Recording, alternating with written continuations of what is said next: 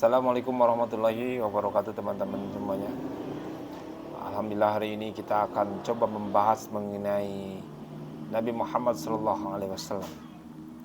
Seperti kita ketahui bahwa Nabi Muhammad lahir di kota Mekah pada tanggal 12 Rabiul Awal tahun Gajah 570 Masehi.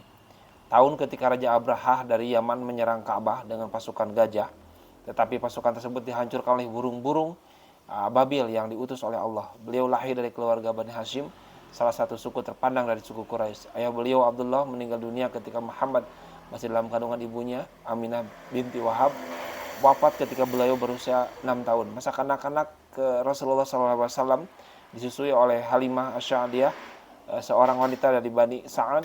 Terdapat beberapa peristiwa luar biasa, yaitu pembelahan dada oleh kedua malaikat menandakan bahwa beliau itu suci dan dilindungi oleh Allah Subhanahu wa taala. Ketika berusia 6 tahun, ibunya Aminah membawa beliau ke Madinah untuk mengunjungi keluarga pihak ayah. Sepulang dari perjalanan, Aminah kemudian wafat di kota Abwa, dan kemudian Rasulullah SAW diurus oleh kakeknya Abdul Muthalib. 2 tahun kemudian Abdul Muthalib juga meninggal dunia ketika Nabi Muhammad kecil berusia 8 tahun. Setelah itu beliau diasuh oleh pamannya Abu Thalib yang sangat menyayangi dan melindungi beliau hingga dewasa. Pada masa remaja Rasulullah SAW, beliau di bawah asuhan Abu Thalib. Muhammad tumbuh menjadi pemuda yang jujur, amanah, dan dikenal dengan gelar Al-Amin yang dapat dipercaya. Pada masa remajanya, beliau bekerja mengembala kambing untuk membantu kehidupan keluarganya. Jadi pada usia kesekitar 12 tahun, Nabi Muhammad ikut pamannya berdagang ke Syam, ke Suriah. Dalam perjalanan tersebut, seorang pendeta Nasrani bernama Buhairah mengenali tanda-tanda kenabian pada diri Muhammad SAW, dan dia memperingatkan Abu Thalib untuk melindungi beliau dari ancaman orang-orang yang menginginkan munculnya seseorang nabi dari keturunan Arab. Seiring berjalannya waktu, Nabi Muhammad SAW semakin dikenal di kalangan masyarakat Mekah sebagai seorang yang jujur dan dapat diandalkan. Karena reputasi inilah, seorang janda kaya yang bernama Siti Khadijah bin Khuwailid mempercayakan Muhammad untuk mengelola perniagaan dagangnya miliknya ke Syam. Khadijah sangat terkesan dengan kejujuran dan kecakapan Muhammad dalam berdagang.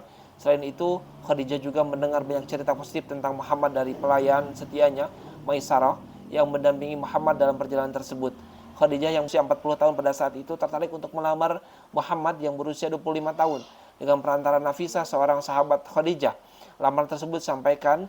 Muhammad menerima lamaran itu dan keduanya menikah. Dari pernikahan ini mereka dikaruniai beberapa anak, termasuk Fatimah yang kelak menjadi salah satu tokoh penting dalam sejarah Islam. Pernikahan Muhammad dan Khadijah berjalan dengan penuh kasih sayang dan saling mendukung. Khadijah menjadi sosok penting yang selalu mendampingi Nabi dalam masa kenabiannya dan perjuangan menyebarkan ke agama Islam.